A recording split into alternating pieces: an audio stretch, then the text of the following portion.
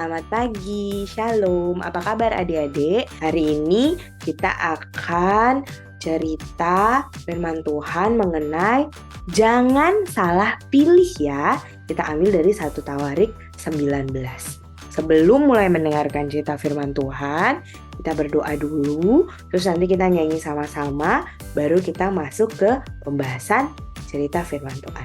Mari kita berdoa. Selamat pagi Tuhan Yesus, kami mengucap syukur bisa berkumpul bersama-sama untuk mendengarkan firman Tuhan, untuk beribadah, untuk memuji dan memuliakan Tuhan. Tuhan tolong kami supaya walaupun waktunya singkat, kami sungguh-sungguh untuk memuji Tuhan. Kami mendengarkan firman Tuhan dengan sungguh-sungguh sehingga waktu kami selesai beribadah, kami mendapat pelajaran yang baru, makin kenal kepada Tuhan Yesus, makin mengasihi Tuhan, dan dapat menjadi lebih baik dalam hidup kami, mempermuliakan Tuhan, dan nama Tuhan dimuliakan, disenangkan. Terima kasih Tuhan Yesus, di dalam nama Tuhan Yesus kami berucap syukur, haleluya, amin. Sekarang kita nyanyi dulu, ya.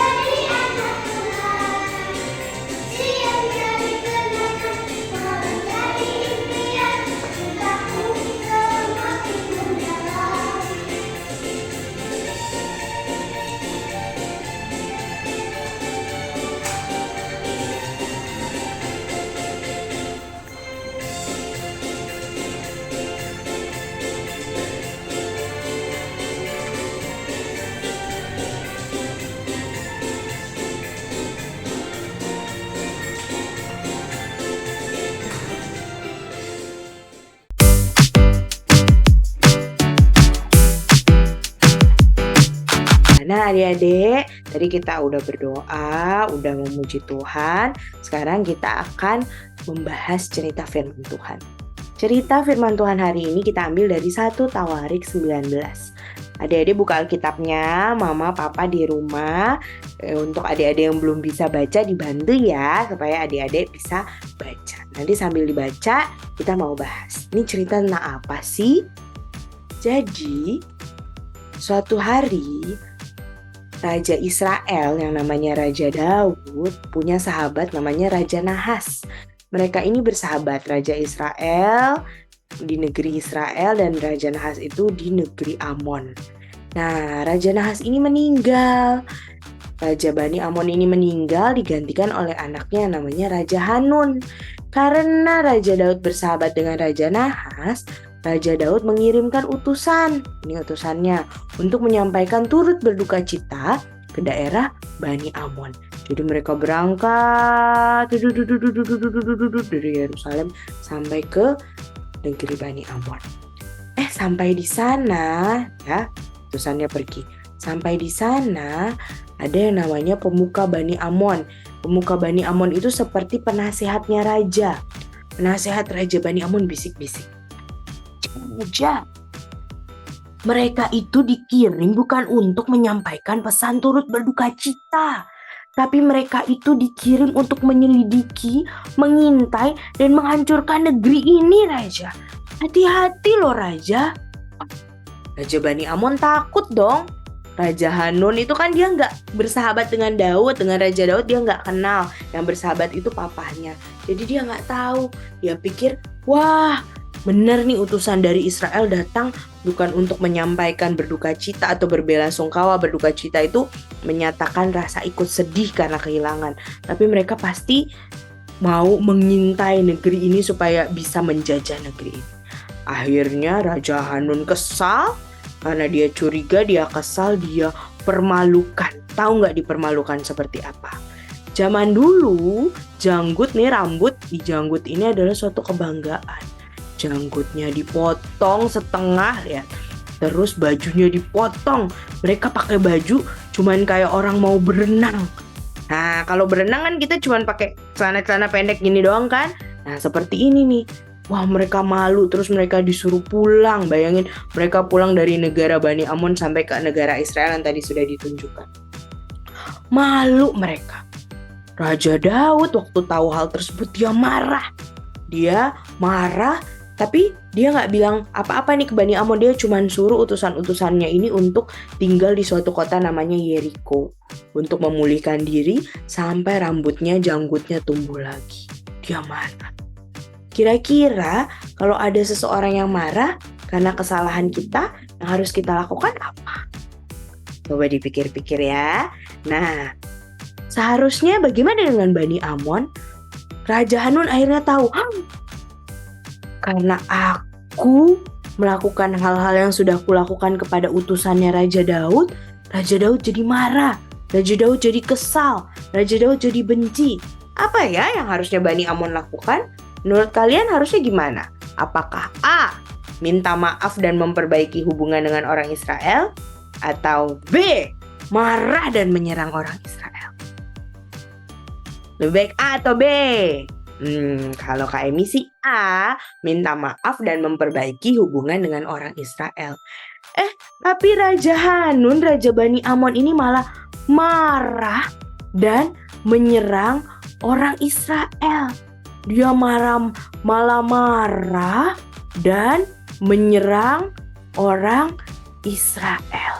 Wah, apa yang terjadi ya? Ini yang terjadi. Bani Amon menyewa 32.000 kereta. Wah, 32.000 kereta tuh banyak atau sedikit? Banyak ya. Juga orang-orang yang berkuda dari Aram. Itu di sekitar daerah Bani Amon untuk berperang. Jadi dibayar sehingga banyak.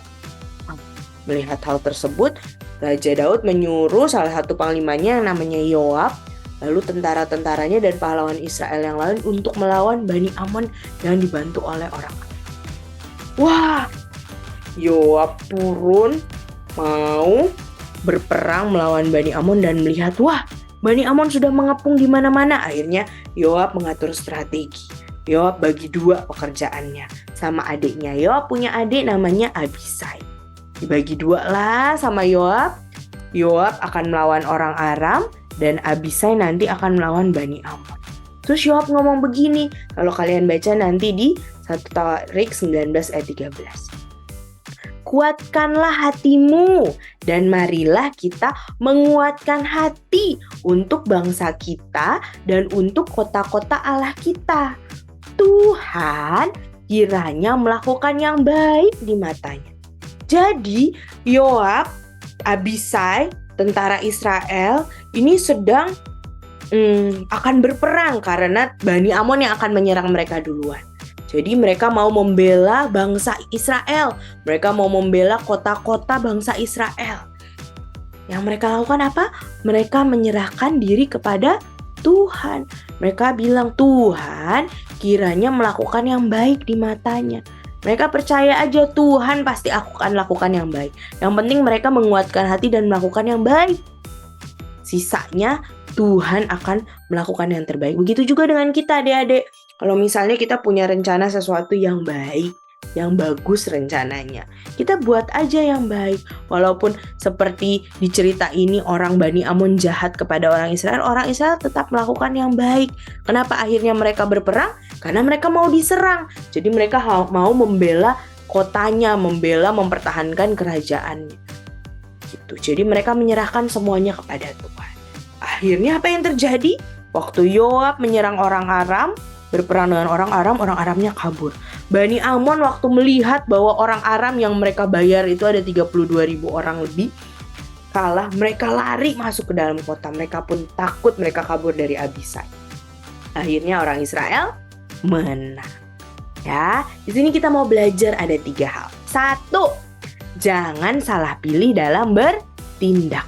2, bila sudah salah, seperti Bani Amon, segera diperbaiki. Malah jangan ambil keputusan yang semakin salah. 3.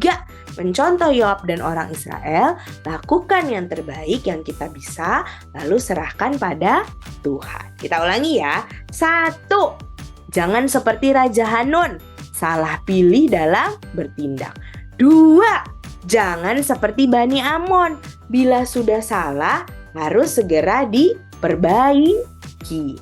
3. Lakukan yang terbaik yang kita bisa, seperti Yoab, Abisai, tentara Israel, melakukan yang terbaik yang mereka bisa, sisanya diserahkan kepada Tuhan. Mari kita berdoa. Tuhan Yesus yang baik, kami mengucap syukur karena kami sudah belajar cerita mengenai orang Israel dan Bani Amon hari ini. Kami belajar 3 hal Tuhan. Tuhan tolong kami untuk yang pertama, tidak salah pilih dalam bertindak. Tidak seperti Bani Amon dan Raja Hanun yang salah pilih dalam bertindak, curiga dan melakukan hal yang jahat. Sesudah itu kami juga belajar untuk tidak mempertahankan kesalahan kami. Kalau kami sudah salah, kami harus segera memperbaiki. Dan kami juga belajar yang ketiga dari Yoab dan orang Israel untuk melakukan yang terbaik yang kami bisa dan sisanya menyerahkan pada Tuhan. Terima kasih Tuhan buat pelajaran hari ini. Tolong kami supaya kami tetap melakukan yang baik dan terus bergantung dan berharap pada Tuhan. Segala pujian, hormat, kemuliaan hanya bagi Tuhan Yesus. Kami berdoa buat keluarga kami. Tuhan berkati papa, mama, adik dan kakak. Tuhan tolong waktu kami sekolah supaya kami bisa sekolah dengan baik. Berikan kami kepintaran dan hikmat. Tolong kami supaya kami sehat terus dan kami hidup mempermuliakan Tuhan. Di dalam nama Tuhan Yesus kami berdoa dan mengucap syukur. Haleluya. Amin. Tuhan berkati adik-adik. Sampai ketemu minggu depan. Bye-bye.